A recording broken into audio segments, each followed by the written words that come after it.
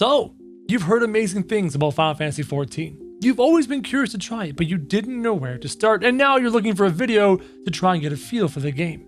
You've come to the right place. I've got 8 things for you. 8 things you can focus on to make your first steps into Final Fantasy XIV that much easier. It seems like a very complicated game, and it can be, but if you focus on these things, it'll simplify it, get your feet wet, and you'll be off before you even know it. After you've downloaded the game, made your account, and chosen your server, you get to make your character. And there's one choice, one thing everybody stresses more than anything else. And that's what job to play, what class to play. Because in most MMORPGs, you pick your class and that's your class and nothing changes. But here in Final Fantasy XIV, you don't gotta sweat that. It's really simple. Go ahead, pick any job that tickles your fancy, any job that seems remotely interesting, because in the end, it doesn't matter that much. As of level 10, which you can get to in just a couple hours of gameplay, you get to switch jobs at any point in time. All you have to do is go to one of the 3 main cities and speak to the quest givers there, and those quest givers in each little guild section will allow you to switch to that job. And once you've done that, once you've accepted and completed that quest, and you've gotten your new job, all you have to do is swap weapons. The minute you swap weapon, you swap job. You're playing a warrior, you're wielding an axe. You want to switch to a lancer? Well, switch to a lance, and boom, you're a lancer. So go ahead, pick any job that seems interesting to you. Be a black mage, be a warrior, be a dark knight, it doesn't matter. Because you can play any job on one character and switch at your leisure. So don't stress it, just pick any job. Now that you've picked your job, you've entered the world of Eorzea, there is one set of quests you need to focus on. And that is the MSQ, the main story quest line. Denoted by this symbol right here, which is like a meteor around the quest symbol, also found in the top left-hand corner of your screen, looking like this.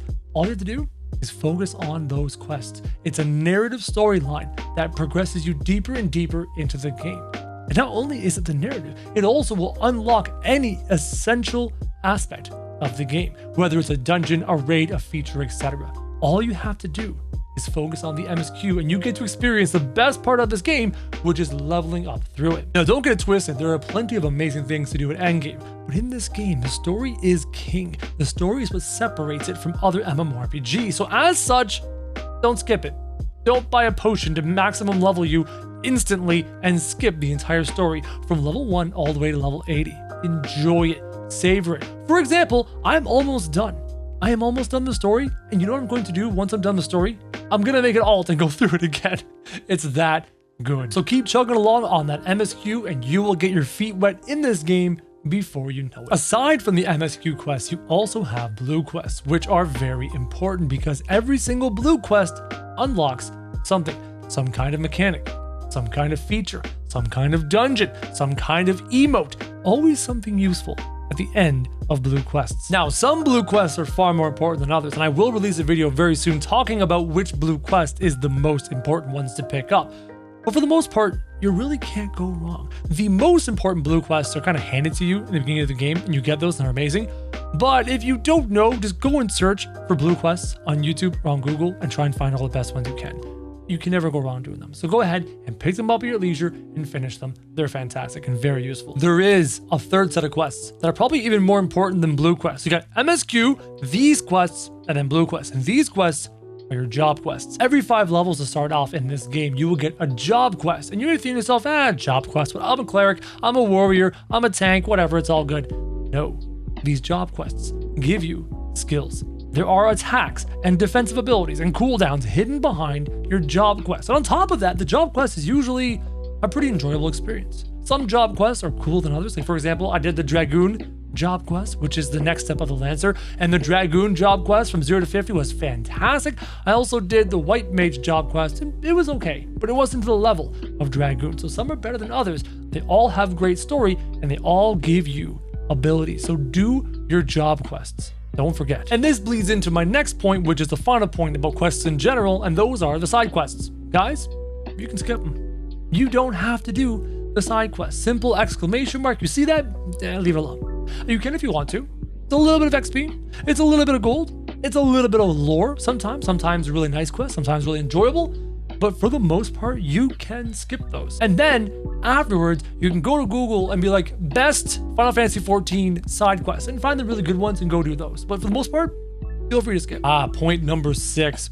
This one's really useful. Guys, you're a beginner, you need to know this. This is important. Aether crystals.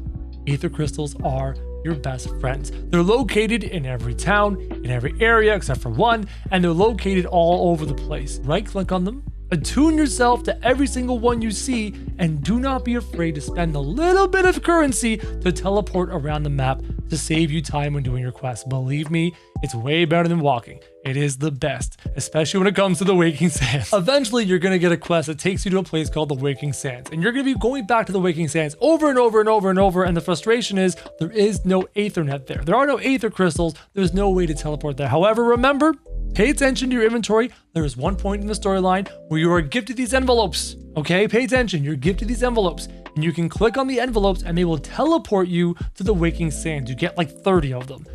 Pay attention when you get those to use those and save you some time from walking to the Waking Sands over and over and over. So Aethernets, the Aether crystals, attune to all of them. Don't be afraid to teleport. It saves you heaps of time. Point number 7 is a really big one. It's to do with a chocobo, which is your mount. In every MMO, you eventually get your mount and you no longer have to walk everywhere, and it is fantastic. This game is no different. At level 20, you get a quest to earn your chocobo. And to know you'll get it, if you look in the top left-hand corner where you see the MSQ quest you can click on, beneath it, you'll see additional text from time to time. That's either going to be your class quest that's available. So if you don't know, look up there. If you see some text there, you'll see a class quest, or it's at level 20 and you unlock the ability to go and get your chocobo mount. And once you do, congratulations, you can now use any mount in the game as long as you have the mount unlocked with the skin. Also, at level 30, there's another quest that pops up there, which lets you turn your chocobo mount into a fighting chocobo. And that's way better than it sounds. I thought it was like kind of like useless. No. The fighting chocobo companion is amazing because you can level him up as a tank, or you can level him up as a healer as well. And he's super powerful, does a ton of damage, and saves you so much time when grinding mobs. Don't be afraid to unlock chocobo fighting companion and level it up and give it skills because he is amazing. My final beginner tip, I mean, there's more to the game than this, but this is the most important things to know to get your feet wet and get going, is to do with gear. How do you know what gear is better, right? You got 2 pieces of gear, you're wearing 2 helmets. Which helmet's better? Look at the stats, I'm not too sure. You know what?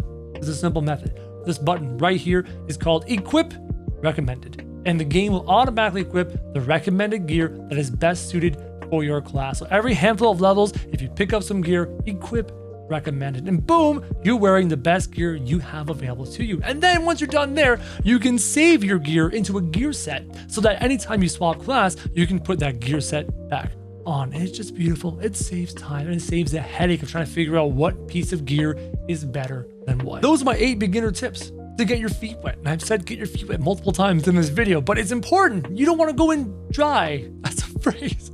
Hope you guys enjoyed this video. And as always, guys, thank you very much for watching.